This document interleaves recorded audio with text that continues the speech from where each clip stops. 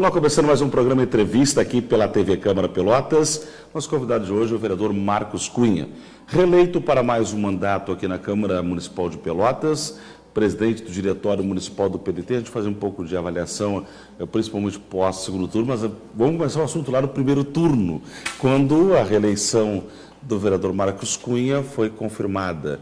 Depois da suplência, primeiro mandato, confirmado o segundo mandato da Câmara Municipal. Que avaliação o senhor faz? Muito obrigado pela presença, vereador. Eu que agradeço, Edson. Sempre um prazer estar aqui contigo, com teus ouvintes e telespectadores. Eu acho que foi uma eleição muito difícil, uma eleição atípica, eu diria assim. Nós tivemos uma eleição num momento de crise nacional em relação à política. Isso teve repercussões também locais. Talvez a primeira eleição que sofreu repercussão do impeachment da presidente Dilma tenha sido essa, né? Então, o ambiente estava muito contaminado, né? Uma eleição que o eleitor, muito reticente, muito arredio, muito descrente, né? Nós tivemos em várias localidades, até não foi o caso de Pelotas, mas em várias localidades do país, uma abstenção altíssima, nós tivemos voto nulo, voto em branco, enfim, nós tivemos um quadro eleitoral, acho que muito assim, ruim para fazer campanha. Eu senti isso, eu tive um momento, não só pelo fenômeno local, assim, mas eu tive dificuldade por um período curto de tempo de campanha também, uma campanha praticamente 30 dias, 45 dias, mas 15 é para ver a papelada e conseguir ter o CNPJ e tudo mais. Quer dizer, então, foi uma eleição para mim que me surpreendeu sobre vários aspectos negativamente, né? Muitas restrições para se fazer campanha também, nada podia fazer, então não se podia colocar placas em locais públicos, não se podia fazer com uma dimensão maior as placas, tinha que ser em tamanho reduzido, só mesmo em casas de particulares, enfim, nós tivemos um quadro que nós vamos ter que nos adaptar, né, para fazer a comunicação de campanha, porque na verdade ficou muito difícil para os candidatos se apresentarem para a população e conseguirem chegar na casa das pessoas. Muitas pessoas me perguntavam se eu era candidato à reeleição, porque ainda no final da campanha não sabiam dizer isso, porque não tinham tido acesso a essa informação ainda. Quer dizer, então, se eu que sou um vereador e atuante, eu fiz um mandato atuante, tenho consciência disso, faço uma avaliação do meu mandato, eu fiz muitas coisas, fiz muitas leis importantes, fiz processos de mobilização importante na nossa região aqui, a questão da Ecosul, por exemplo, né, da exploração do pedágio, eu fui um dos que mais mobilizei aqui na nossa região, a questão referente aqui à contratação sem licitação da Falcone, fui eu que, em nome do Legislativo, também apresentei as razões que depois resultaram no cancelamento do contrato, fui eu que fiz um trabalho intenso aí na Comissão de Saúde, cotidianamente fiscalizando as unidades básicas, os hospitais e o pronto-socorro. Conseguimos aí uma sentença que determina uma multa diária de R$10 mil por paciente dia para quem ficar à espera de leito hospitalar nos corredores do pronto-socorro. Nós fizemos muitas coisas, fizemos uma lei municipal que vamos dizer assim, inibe o financiamento privado das campanhas, quer dizer, proibindo que a administração e a Câmara de Vereadores possam contratar com pessoas jurídicas que financiaram a campanha, uma legislação que não fosse o STF depois dizer que seria inconstitucional o pagamento de financiamento de campanha por pessoa jurídica, seria uma lei referencial para o resto do país, importantíssima. Fizemos leis importantes aí no âmbito municipal, enfim, cumprimos aquilo que o vereador tem que fazer. Tem que fiscalizar, nós fiscalizamos. Tem que fazer legislação, nós fizemos boas leis também. Tem que atuar também internamente aqui, melhorando o regimento interno da casa, nós também propusemos alterações do regimento interno que beneficiam até o andamento da casa. Eu criei aqui a possibilidade de o tribuno poder falar na comunicação de líder, somando o tempo de liderança, o que possibilitou que vários vereadores poderem falar por mais tempo também. Enfim, eu me dou assim, fazendo uma avaliação rápida daquilo que foi meu primeiro mandato, eu concluo que eu fiz um bom trabalho como vereador. Bom, mas o senhor falava que, em meio à crise, recupera um pouco dos projetos, nós vamos ampliar na sequência, mas em meio ainda a essa crise política que o país convive, as mudanças da legislação, como é que você viu, por exemplo, a própria questão, se isso chegou a impactar a veiculação no horário político gratuito em rádio e TV majoritária e proporcional? Sem dúvida, há uma desigualdade muito grande aí. O parlamento ele não tem praticamente tempo algum na televisão, né? A televisão a gente sabe que é o grande veículo de comunicação. Então, os parlamentares tiveram que colocar a fotinho só ali, né, dizendo qual era o seu número, né, mas não tiveram tempo de poder falar com a população, não tiveram tempo de poder dizer aqui estão se colocando à disposição da população em que termos. Quer dizer, eu acho que o espaço para o Poder Legislativo ele é muito reduzido. O espaço do Poder Executivo também não é grande, foi um outro modelo também compartimentado, né? E o poder econômico manda muito nisso, né? Quem tem mais condições de ter uma equipe de marketing qualificada consegue comunicar melhor, né? Quem está no poder também consegue ter vamos dizer assim, uma adesão muito maior. A gente vai olhar aí a candidatura vencedora, ela estava amparada num investimento de 7 milhões de reais em propaganda que o governo fez ao longo dos 4 anos. Então, ao longo dos 4 anos, o governo fez investimento de 7 milhões de reais em propaganda do governo. Quando depois aparece o candidato do governo, ele sai na vantagem, né? O outro tem 45 dias para fazer a crítica e para mostrar os defeitos. É muito difícil que consiga, né? Isso nós vimos no plano nacional também. A maioria dos candidatos à reeleição e daqueles que estavam patrocinados pelos governos, eles acabaram vitoriosos, né? Quando o poder econômico não se sobrepôs, eles conseguiram se perpetuar. O que demonstra uma série de deficiências do nosso sistema democrático, né? Que acaba ainda dando muita vantagem para quem tem poder econômico. Nós vimos a campanha em Porto Alegre, por exemplo, o Marquesan fez uma arrecadação de 2.900.000 reais. O Melo fez uma arrecadação pela metade, 1 milhão e pouco. Não faz diferença ter 1,5 milhão a mais para fazer a campanha? Claro que faz diferença. Mas os partidos que fizeram parte da base de sustentação do governo Dilma, o senhor acredita que tiveram uma perda no processo eleitoral? Sem dúvida nenhuma, o próprio PT, eu até diria mais diretamente o PT do que os outros partidos que faziam parte da base. Porque parte da base o PP também fazia, né? O PTB também fazia parte da base, quer dizer, praticamente o PMDB fazia parte da base do governo da Dilma. Então, a base do governo da Dilma só não tinha o DEM, o PPS e o PSDB. Então, vários desses partidos da base do governo da Dilma hoje se elegeram. Então, não havia uma relação propriamente em ser ou não da base do governo da Dilma. Eu acho que é um pouco assim a análise que a população fez em relação ao PT especificamente, né? O espaço que se abriu mesmo foi o espaço que antes era ocupado pelo PT e agora, com a atribuição de todos os defeitos, né, da política que apareceram claramente aí para todos nós, direcionados para o PT, houve sentiram isso na seleção, né? Houve uma redução. O senhor acredita que, quando o senhor menciona da questão do uso, né, do recurso público bastante voltoso para a mídia, isso faz com que algumas ações do seu mandato, e, por exemplo, da Comissão de Saúde, que gerou toda aquela denúncia do Ministério Público, a própria CPI da Fernanda Osório, tantas ações têm ficado um pouco mascaradas, vereador? Nós temos uma grande dificuldade, né? Nós estamos em uma luta grande para conseguir que o canal da TV Câmara seja aberto, né? Que é uma luta importantíssima, né? Para popularizar a população. Nós não temos isso. Nós competimos com a RBS, nós competimos com as redes locais de rádio e TV, que são patrocinadas pelo poder público. Então, é uma competição desigual, né? Enquanto os veículos de comunicação em geral, jornais, rádios, TV, recebem grande parte dos recursos da prefeitura, a título de propaganda institucional, enfim, para fazer propaganda do seu governo, e a TV Câmara tem um espaço reduzido. A TV Câmara é importantíssima, mas é um espaço reduzido para quem é assinante. Daí eu acho que a importância de nós termos um canal aberto para que o parlamento possa se expressar melhor. O parlamento não podendo dizer que é o órgão fiscalizador por excelência do executivo, ele não tendo esse poder de se comunicar, e em contrapartida do executivo, a prefeitura tendo esse poder, cria uma desigualdade muito grande, eu não tenho dúvida nenhuma. Mas também tem um aspecto, acho assim, que quando nós temos uma campanha maciça nos meios de comunicação, dando uma das versões, aqueles que são identificados com a outra versão acabam também sendo prejudicados.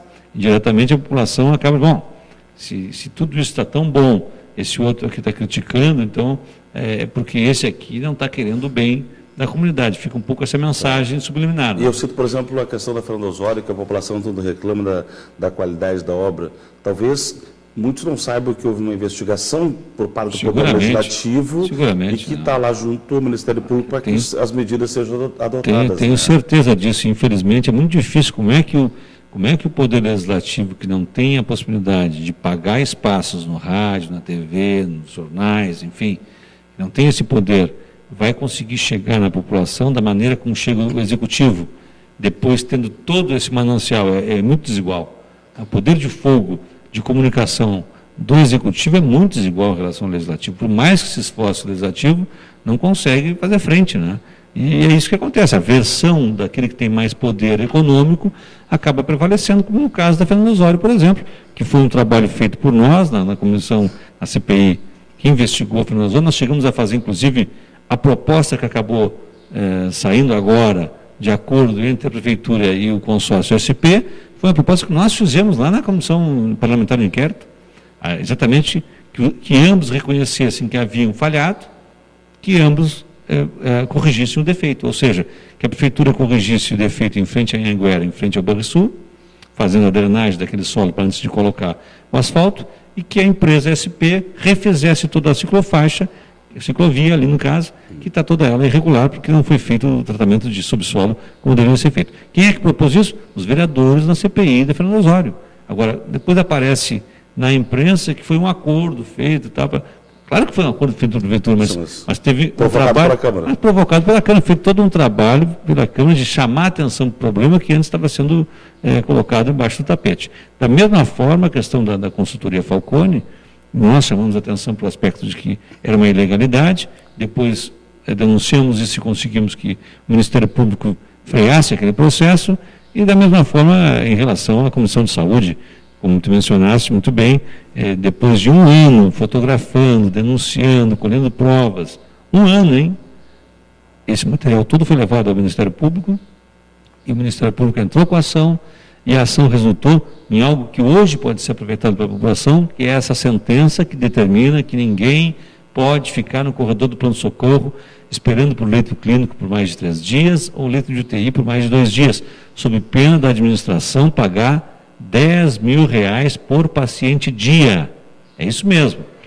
Aquele que está nos ouvindo aí, se tiver um familiar, um parente seu, no corredor do pronto-socorro por mais de 3 dias, denuncie para o Ministério Público, denuncie para a Comissão de Saúde, porque existe uma sentença, não é uma lei, não foi criada pelos vereadores, mas foi a partir do trabalho dos vereadores que nós comprovamos as circunstâncias essas de permanência de algumas pessoas até 15 dias nos corredores do pronto-socorro. Então, a partir desse trabalho, nós conseguimos essa sentença que determina uma punição para o administrador. Não é para aplicar multa, ninguém quer que se aplique a multa de 10 mil na Prefeitura. O que se quer é que a Prefeitura contrate mais leitos para receber as pessoas que precisam de leitos em um hospital, e não no corredor do pronto-socorro. A própria doutora Roseli chegou a afirmar que ela foi abastecida pelo trabalho realizado pela Câmara de visitação e documentação. Na sentença do juiz Mauro Martins, ele diz expressamente que a partir dos documentos entregues pela Comissão de Saúde, ele formou o seu convencimento de que realmente as condições de atendimento no pronto-socorro em Pelotas não eram admissíveis. E aí aplicou na época R$50 mil de multa dia. O tribunal é que reduziu esses 50 mil para R$10 mil dia. De qualquer maneira, está essa sentença ainda vigorando e nós temos esse trunfo. A população de Pelotas tem esse trunfo para pressionar o município para contratar leitos.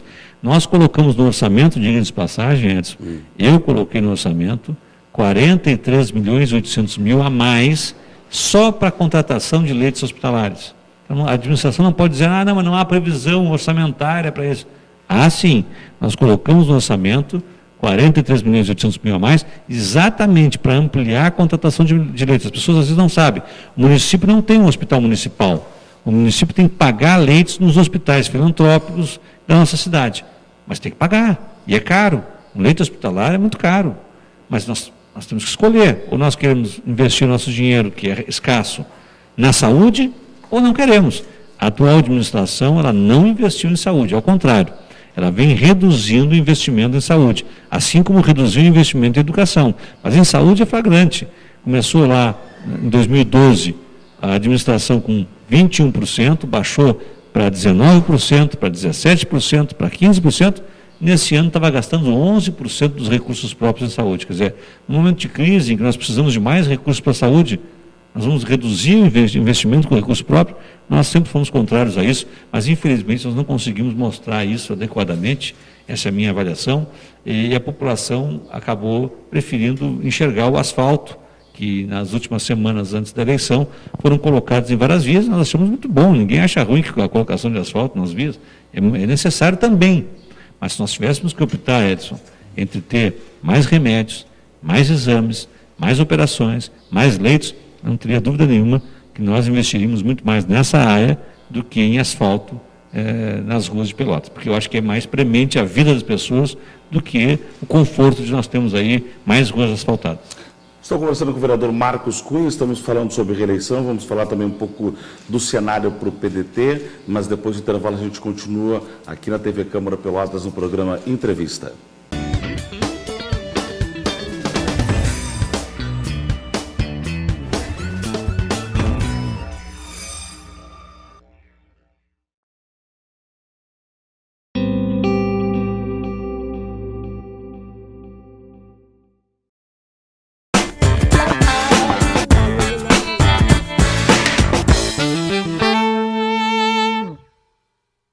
E a TV Câmara não é só um canal político. Todo sábado às 4h30 eu apresento o programa Galeria, com cultura, entretenimento, música, intervenções artísticas e muito mais. Não esquece, é no sábado às 4h30. A gente se vê lá.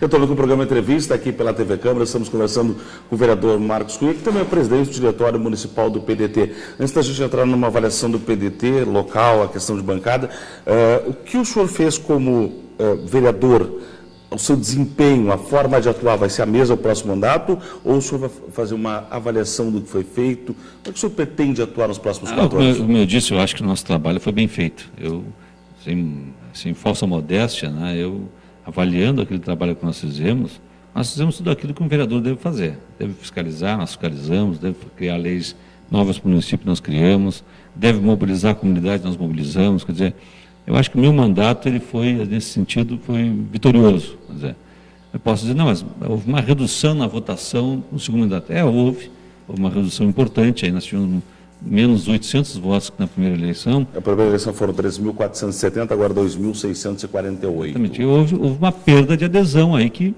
em parte pode ser exatamente porque muitos eleitores meus talvez tenham discordado dos meus posicionamentos, porque eu fui um vereador que me posicionei. Eu não fui um vereador que não falei na tribuna. Se vocês pegarem, sobre vários temas polêmicos, difíceis, eu fui para a tribuna e disse a minha posição. Quando a gente se manifesta, Edson, e publicamente se coloca, tem pessoas que gostam, tem pessoas que não gostam. Então, na verdade, as pessoas pensam, falar na tribuna, a pessoa ganha apoio, ganha e perde. Né?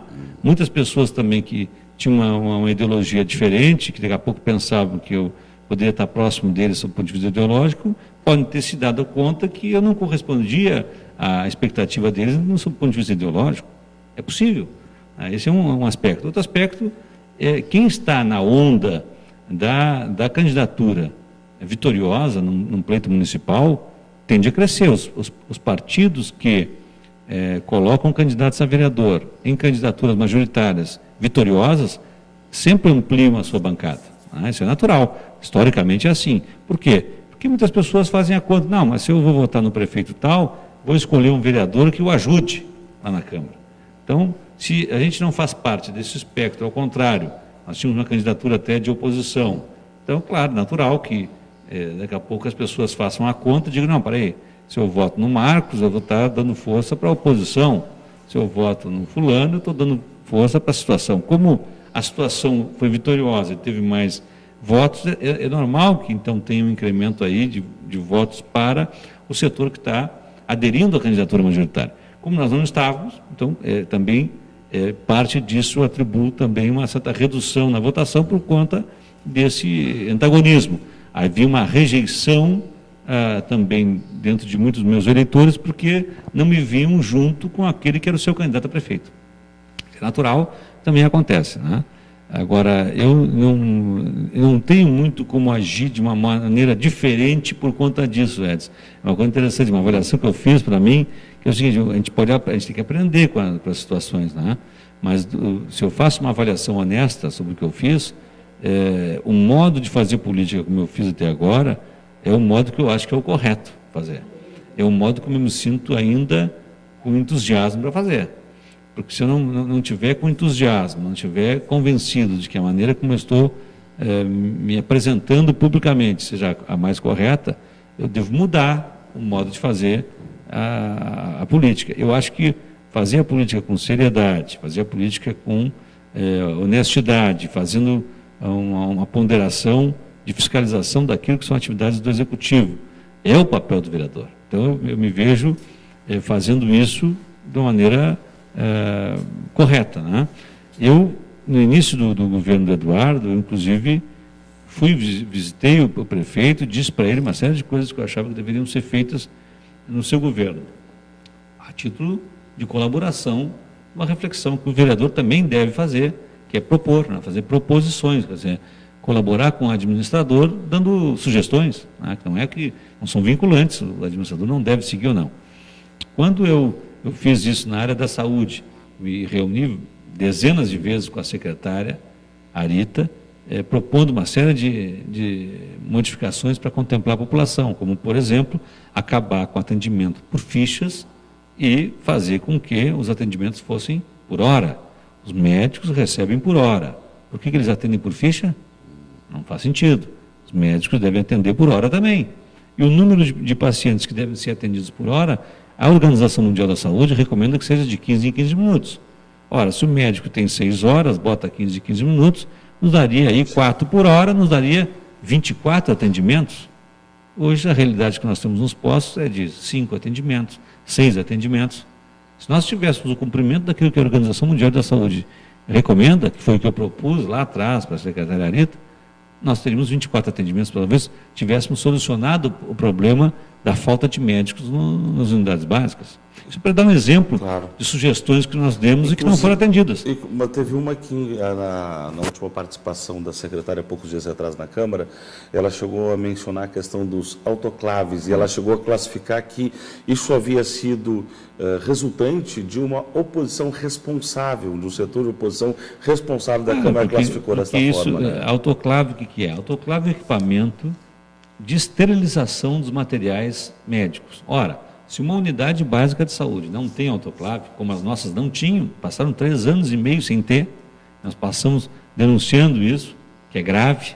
O que acontecia? Chegava um paciente lá fazer um curativo, faz o curativo no primeiro paciente, no segundo já não pode usar os instrumentos para fazer o curativo.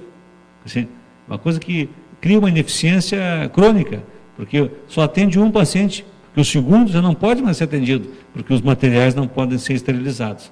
Ora, como é que nós podemos ter autoclave, não ter autoclaves nas unidades básicas de saúde?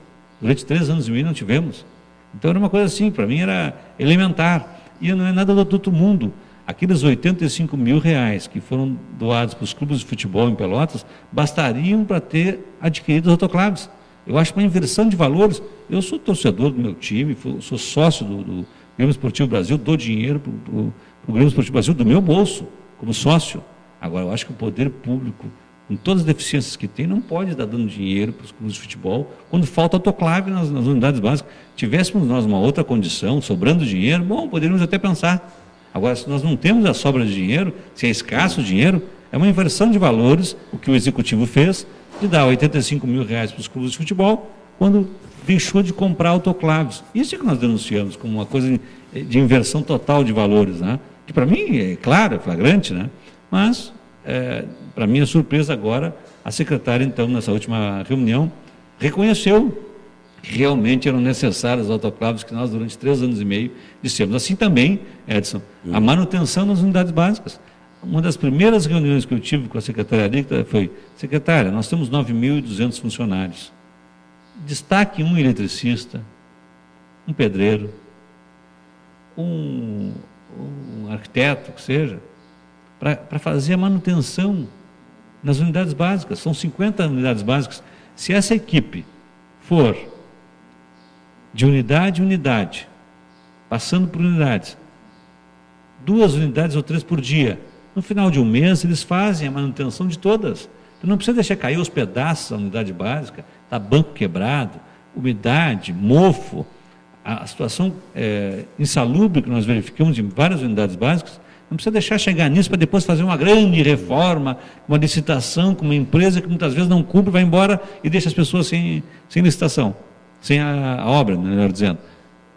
Eu disse para ela: por que não temos uma equipe para fazer isso, secretário? Essa foi uma das propostas que eu fiz. Também não fomos atendidos naquele momento. Passamos mais de 3 anos e meio sem manutenção das unidades básicas, fazendo isso, deixando cair os pedaços, aí depois fazia uma licitação, às vezes não dava certo, às vezes saía, a empresa ia embora, enfim. Agora, por fim, foi anunciado pela secretária que eles estão com uma equipe de presidiários, então, fazendo a manutenção. Coisas que nós dissemos lá atrás também, mas agora, né, nos últimos meses, antes da eleição, foi feito isso. Né? Por que não fez lá no início? Né? E como aconteceu a sugestão, eu lembro do vereador, para a utilização do quadro da prefeitura para a recuperação daqueles 8 metros de muro do Colégio Municipal Pelotense, que ia ser terceirizado. Exatamente, isso é um exemplo que eu sempre dou como modelo. Né? Caiu o muro do Colégio Pelotense na Avenida Bento Gonçalves. Ficou 1 ano caído o muro no Colégio Pelotense, na Avenida Bento Gonçalves. Ora, imagina o que não acontece nas outras escolas municipais. Se na escola municipal principal, um exemplo para a América Latina de escola municipal, na Avenida Bento Gonçalves, visível para todos, o muro ficou caído 1 ano, imagina o que não acontece nas outras. E pior, o que nós vimos naquele episódio? Ao invés de utilizar os pedreiros que a prefeitura tem, eu digo, nós temos 9.200 funcionários na prefeitura. A prefeitura de Canoas tem 6 mil funcionários, quer dizer, funcionários não faltam na prefeitura de Pelotas. O que falta é a utilização dos funcionários para a sua atividade. E Canoas, que inclusive já superou o número de eleitores de Pelotas, né?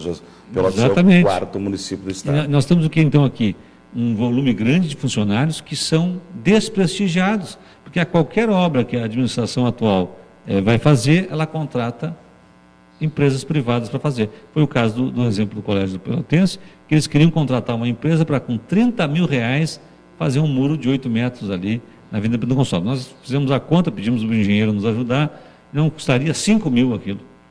Resultado, denunciamos isso, que era um absurdo, gastar 30 mil no muro, tendo pedreiros, tendo tijolos, que as olarias também têm que dar para o município, enfim. No resultado, retrocedeu o secretário, mandou fazer como nós dissemos com os funcionários, saiu por 3.500 a obra do muro. Então, em quantas outras oportunidades nós não teríamos economizado se a administração tivesse nos ouvido? Por exemplo, nas escolas de lata. Nós dissemos que é um absurdo fazer aluguel de R$4 mil por mês para colocar containers com ar frio só para nossas crianças. As crianças estão batendo dente naquelas escolas de lata. No inverno rigoroso nosso, só tem ar frio dentro dos containers. Então, container de lata, no inverno pelotense, nós estamos há mais de 2 anos aí, alugando containers por R$4 mil por mês. Ora, com os tijolos que a prefeitura tem das olarias, com os pedreiros que já tem, com dezenas de arquitetos que tem, dezenas de engenheiros que tem. Não seria possível construir salas de aula com alvenaria direitinho, como todo mundo quer, como nossas crianças merecem? Não. Preferiram alugar, estão gastando aí um dinheiro que nos falta e, pior, agora a empresa está se retirando, estão tendo que talvez até desapropriar os contêineres, quer dizer, não só nós vamos ter que pagar o aluguel desses contêineres, como ter que agora ficar com esses contêineres para conseguir manter as crianças na escola. É lamentável, são equívocos administrativos em nome da contratação da iniciativa privada para fazer aquilo que o poder público poderia fazer. Vereador, nós estamos quase chegando na reta final, mas eu tenho que saber como é que saiu o PDT desta eleição, porque o PDT local houve a divisão em relação à candidatura da majoritária, na proporcional tinha 3 cadeiras em 2012, permanece com as 3 cadeiras, o atual vereador Anselmo não concorreu, foi para a majoritária, o vereador Ricardo Santos foi para outro partido. Agora permanece o vereador Marcos Cunha, que também é presidente do diretório municipal, e mais 2 cadeiras eleitas, uma mulher, a Cristina, e também o Éder Blanc. Como sai o PDT desta eleição? Nós conseguimos manter as 3 cadeiras, que foi muito importante, era a nossa meta, né? Nós sabíamos da dificuldade que teríamos com a saída do ex-prefeito Anselmo para concorrer para a majoritária. Nós sabíamos que ali nós tínhamos uma perda de 5.800 votos. Com a saída da primeira suplente, da Daiane Dias, que foi para o governo também, foi trabalhar como superintendente no governo atual, e nós sabíamos que ali 1.200 votos seriam perdidos. Com a saída do Velocino também, que era suplente do PDT, mais 1.000 votos. Com a saída do suplente Antônio Correia, também mais 800 votos. O Davi, mais 800 votos. O vereador Ricardinho, mais 2.700 votos. Ou seja, a legenda do PDT perdeu ali muitos votos com a saída de todos esses que não concorreram na legenda do PDT para vereador. Então nós focamos 2 anos de trabalho, nós fizemos aí 2 anos de trabalho de preparação da nossa nominata, isso aí. Todo sábado pela manhã nós reunimos nossos pré-candidatos, pessoas da militância do PDT, para preparar exatamente o nosso time para esse desafio de suprir essa deficiência. E conseguimos com mérito, conseguimos inclusive ampliar a nossa votação, né?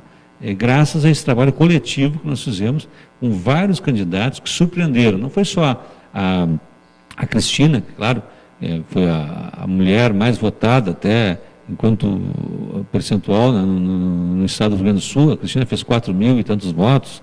Surpreendeu a quem não conhecia a Cristina. Nós não surpreendeu, porque nós identificamos que a Cristina tem uma das bandeiras que tem um grande apelo na comunidade pelotense, que é a questão dos direitos dos animais.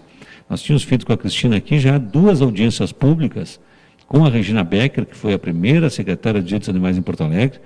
Nós levamos a Cristina para se filiar com a Regina Becker em Porto Alegre. Nós fizemos essa vinculação da Regina com a Cristina, porque sabíamos exatamente dessa necessidade, né?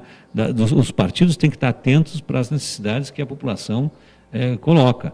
E uma das necessidades que a população colocou em Pelotas foi dar maior atenção para os direitos dos animais. Então, nós, enquanto dirigente partidário, nós fomos atrás de pessoas que representassem isso, né?